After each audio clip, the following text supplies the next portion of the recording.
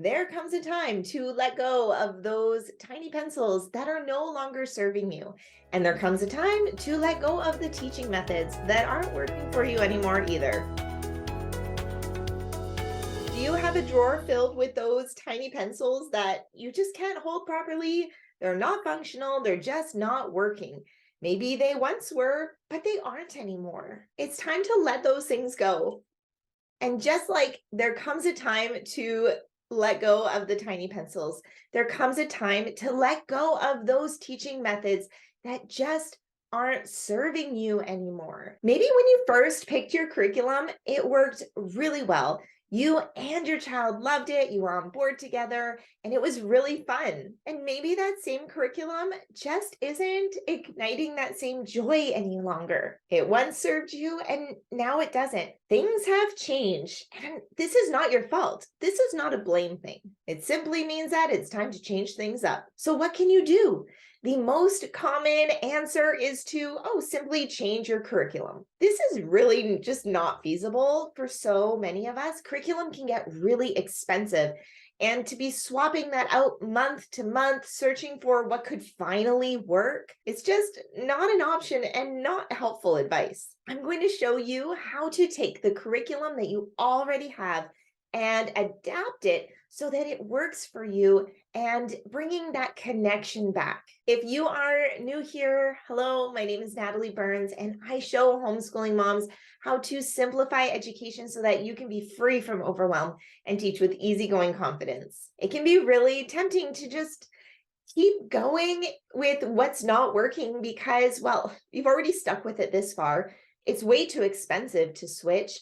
And the only option really is to just throw everything out the window and maybe unschool, taking what you already have or even what your local requirements are for what you need to be completing in a particular year and making those things actually work for you is exactly what my entire course, Teach How You Want, is about. Because I believe that this is so important, so valuable, and really so necessary. I want to give a little sneak preview here today so that you can get in on a piece of this pie. What it comes down to here really is a mindset shift. We need to look at this instead of from the angle of what we should be doing and what someone told us we're supposed to be doing, to instead looking at the way that you want to be teaching and the way that your child wants to be learning. The most important piece here is that connection between you and your child and that connection between them and their learning process. When you can tap into that connection, the learning will just flourish. My favorite part about this is that it really reignites that joy and that love of learning again. Wouldn't that be nice to have that reignited in your homeschool? Instead of teaching from curriculum that you've chosen, instead you want to set this up in a way that you are looking at what kind of goals you have for you and your child and your entire homeschool for that time, and how you can approach those learning goals using curriculum as one of those tools. In this way, you're not putting all your eggs in one basket by focusing on doing whatever the curriculum tells you to do, but instead you are using the curriculum as a way to bring about these learning goals that you have in your family. I'm going to say it again. You do not need to use curriculum unless it is serving you. Maybe you didn't realize that you were becoming a slave to the system again in just a new way. If you haven't already yet, then I really encourage you to create your homeschool philosophy. There are so many wonderful women out there sharing what they are doing in their homeschools and what their philosophy is with their families and their children. Use those as inspiration and then create your own philosophy. What is important for you for your children to take away with them at the end of this school year, at the end of this section of their schooling, or even their entire schooling in general? What are the things that you value in learning? And what are those things that your children value in learning? Bring all of your different viewpoints in harmony together for one family philosophy. I even encourage you to create your personal purpose with homeschooling. What is the reason behind why you are doing this every day? With this as your foundation, now you can start to plan for how you're going to bring that out And this is where curriculum is one piece out of this full puzzle. I suggest that you make an overview plan of the things that you want to accomplish.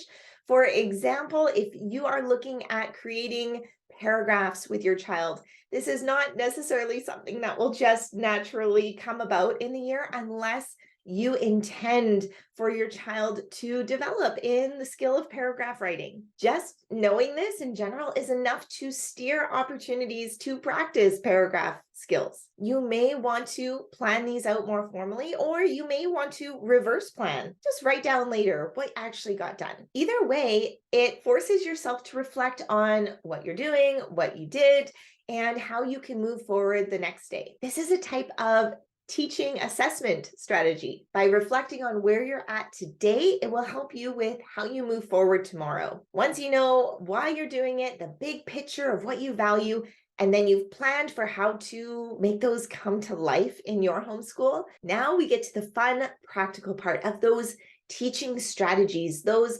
skills that you can actually develop in yourself to draw out greater learning from your child. I'm going to share my favorite one with you right now, and that is asking open-ended questions. Anytime you ask a yes or no closed type of question, the answer is usually no. But when you ask an open question, it forces your child to develop a response for you. It helps them put a thread of thought together and communicate their thinking. If you are interested in growing in this area of teaching your child how to think and express themselves more fully, then I have created a free resource for you. It's a PDF of 4 teaching strategies for how you can ask these kinds of open-ended questions. This is going to allow you to connect more fully with your child so that you can bring more